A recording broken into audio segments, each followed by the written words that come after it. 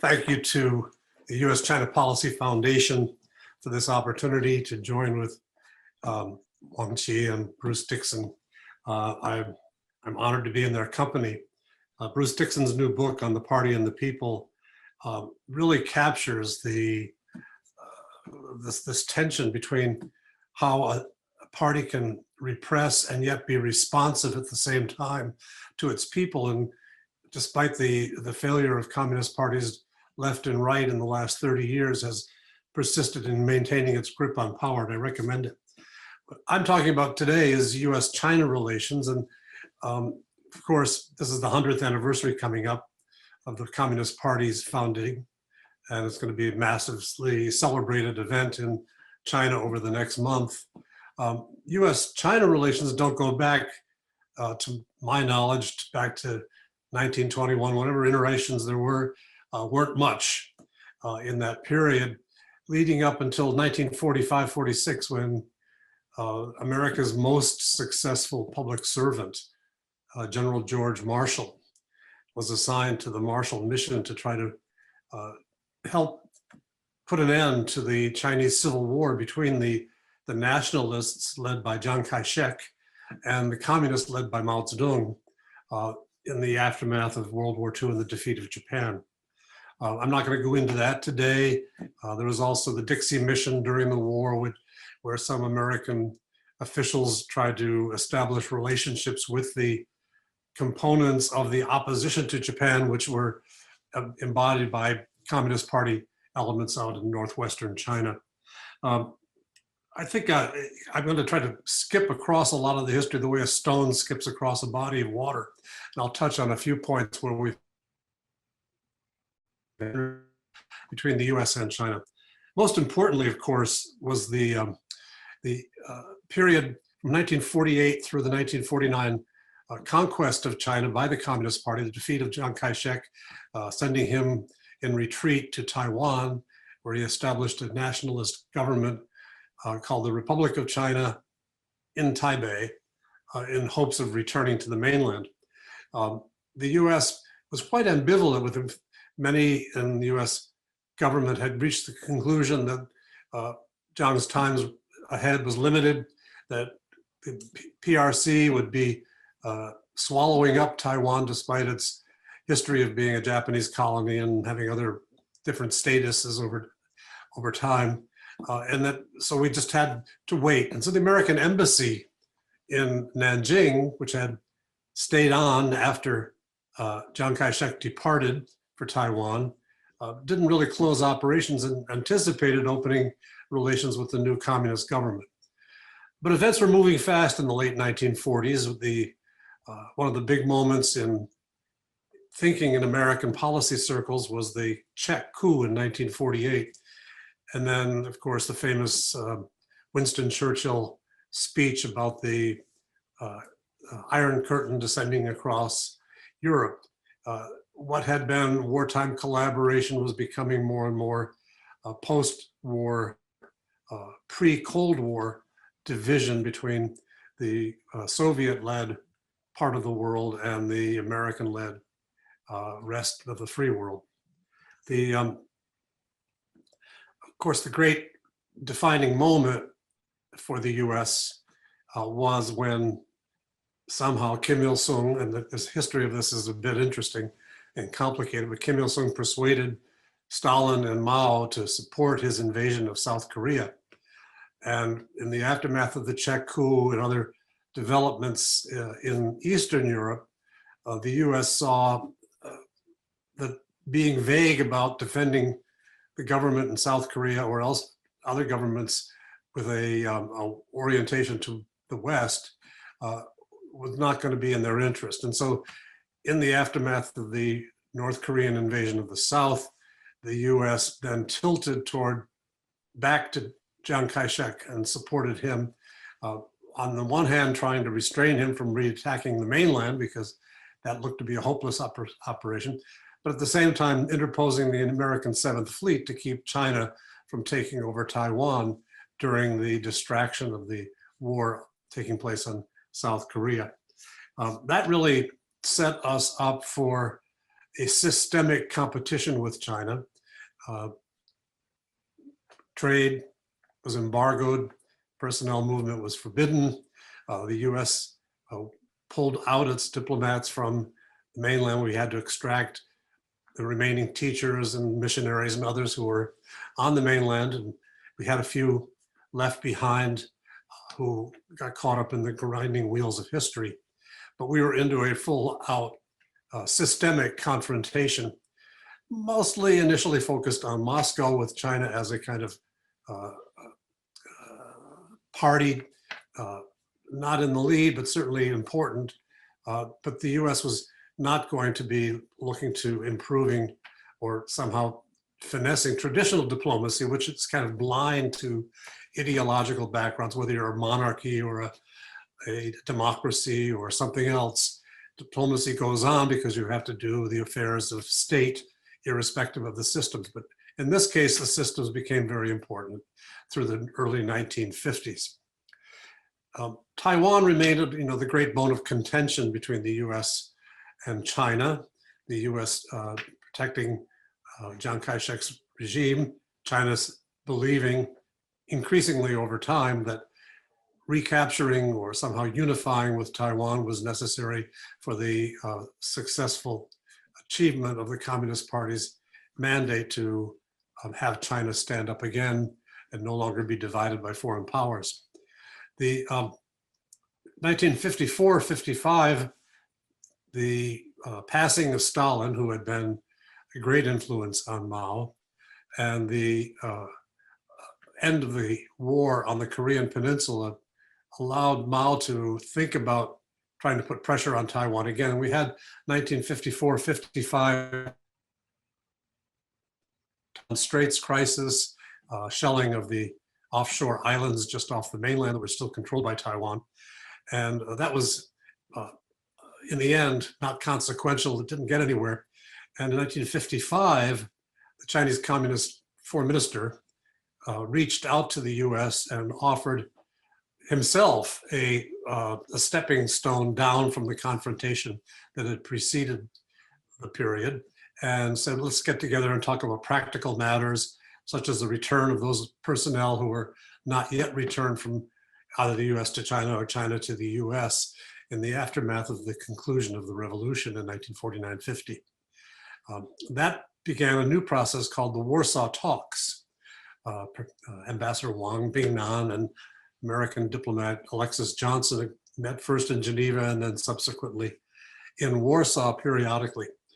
And this was the kind of one door open for traditional diplomacy that was permitted under the otherwise blinding struggle of two opposing systems. That went on intermittently from 1955 to 1970. No great results, but nonetheless a small opening between our two systems. Obviously, at the end of the 1960s and going into the early 1970s, both the US and China were confronted with internal and external challenges that caused them to reevaluate their relationship. And I can't, people in this broadcast will know a lot of the history without going into the detail of why the Vietnam War did not win and did not go over well for the US. We were in a confrontation with the Soviet Union. Russia had exercised its muscle again in Czechoslovakia, suppressing the Prague Spring in 1968, which accentuated the differences between Moscow and Beijing. And so opportunities were being created. And in China, the Cultural Revolution had erupted, done tremendous damage, strengthened the role of the military, and had come to the end of its course. It was time to wrap it up. Mao had his own thoughts at the time.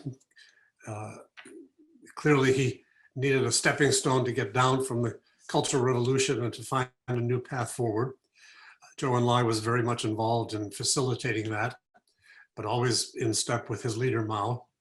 And on the US side, Nixon wanted to rebuild the American position internationally, reposition us strategically, excuse me, internationally in order to reify his position domestically in the US. And so Nixon floated a famous article in Foreign Affairs talking about how China couldn't be excluded from the main body of international discourse, that China should be brought back into contact with the US. And this signal materialized when he became president. He sent Henry Kissinger to China. This is, as I say, skipping across the surface here. Henry Kissinger went secretly to China in 1971 to prepare the way for ultimately Nixon's certainly politically triumphant visit to China later in early 1972. But what often we forget in looking back on that history was that there was a successor to Mao, the man who promoted Mao Zedong's personality cult, was designated successor, Lin Biao. And Lin Biao, we now know in September 1971, attempted to escape the country. What we don't know really is how much that was done in reaction to the discussion that Mao and Zhou Enlai were having about developing some kind of new relationship with the capitalist United States, and how much it had to do with power grabbing and the like. I would love to talk to Chinese scholars like Zhang Baijia at Peking University. I had a conversation years ago with Chen Zongjing, who was the man who was sitting at the side of Mao and Zhou in that period. But I didn't know enough to ask him the question back then. What was really going on with Lin Biao? I know Nixon sent Christmas cards to the entire Chinese leadership in late 1971, and all of them received a formal response, but from Lin Biao. And so this was, for those of us watching U.S. China relations through the haruspices, this was a sign that maybe something was going on and they weren't all on the same wavelength with restoring or starting up a new relationship with the US. But from that period forward, we really relegated our ideological differences between our system and the Chinese Communist Party to greater affairs of state. We were interested in counterbalancing Soviet power. China had an interest, we had an interest in common, and that became the strategic cement for U.S. China relations. We added to that cement and we firmed it up over the subsequent years. U.S. domestic politics with Nixon's fall from grace and China's own efforts to start, stop, and start again on restoring reform in China caused some time to be lost. But by the end of the 1970s, we were prepared under the presidency of Jimmy Carter, who had campaigned from the very beginning on human rights and systemic issues when he was opposing Nixon and trying to get elected. Nonetheless, he put those to one side and said we have an important state interest to fulfill in developing relations with the Communist Party in China. And we agreed in the late 1970s to normalize relations. Carter was important in that period, but basically he was responding to an initiative taken in China. And this had to do with China's great struggle over what the future of the Communist Party's role and what the future of China would be. Deng Xiaoping, as beautifully documented in Ezra Vogel's volume on his life, he came back to power with a very complicated series of maneuvers to remove rivals and office holders, restore previous office holders who'd been disgraced in the Cultural Revolution or other campaigns preceding the Cultural Revolution, and try to rebuild the competency of the government and Communist Party in China. And we had this incredible intersection in late 1978 between the 11th Central Committee's third plenum meeting, which was a party meeting in Beijing at the Great Hall of the People. And during that same series of sessions in Beijing, where Deng Xiaoping inaugurated vast reforms that made the China today start in the direction that brought it to where it is today. At the same time, between sessions of his third plenum, he was holding negotiating meetings with Leonard Woodcock at the American Embassy to try to devise a document that would state the future of U.S.-China relations for formal relations, and find a way to finesse the longstanding U.S. interest in maintaining substantive relations with Taiwan, and finessing China's longstanding interest in unification with Taiwan, which would not be achieved through this document establishing U.S.-China relations. So again, we went into a period of a decade or so where our ideological differences were not so important as our cooperation. Again, there was the Soviet Union was still existing. It was maybe in a tired phase under Brezhnev, but it was still viewed as a principal threat to the US and to China. And we found ways to compromise throughout the 1980s. It wasn't until 1989, when at the same time that the Soviet Empire was about to dissolve and China's own 3-point distinctions of difference with Moscow had been resolved by the arrival of Gorbachev in the Russian leadership, that China and Russia could start to reduce the salience of their opposition to Russia. And it was simultaneously the same thing was happening in the US, first under Reagan and then with George H.W. Bush.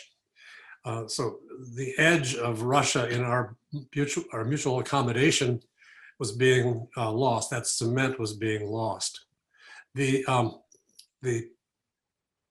1989 marked the beginning of a new phase where we started to look at each other's internal systems more closely. And this became a partisan matter in the US until in the early part of the Clinton administration, and then a common pursuit of this post-Cold War unipolar moment with the US leading the world allowed China can shadow and develop rapidly at home its economic capabilities and its openness to the outside world, and the US could look at China as by no means threatening. And this continued really till 2008, 2010. And then the US, after a series of own goals, the mess in Iraq, the great financial crisis, all of this brought the status of the US low in the eyes of many Chinese and caused them to start examining their own internal succession. Now we go fast forward again to the period when in 2012, Xi Jinping took power. Not everything starts with Xi Jinping, as Bruce Dixon said in his remarks.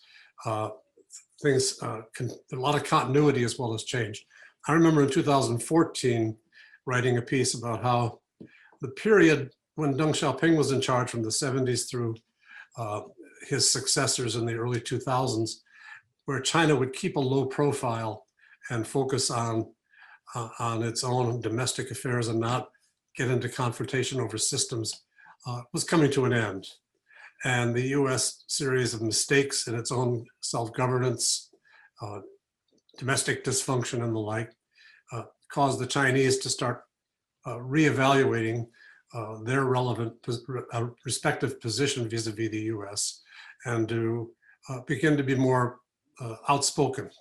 Today we talk about wolf warrior diplomacy, but it started with a period of assertiveness from the period 2002 to 2017. And then we finally fast forward again to the Reagan arrival, the Trump arrival in Washington. And Trump brought back the systemic rivalry that we had not really focused on since the 50s and 60s in the Cold War.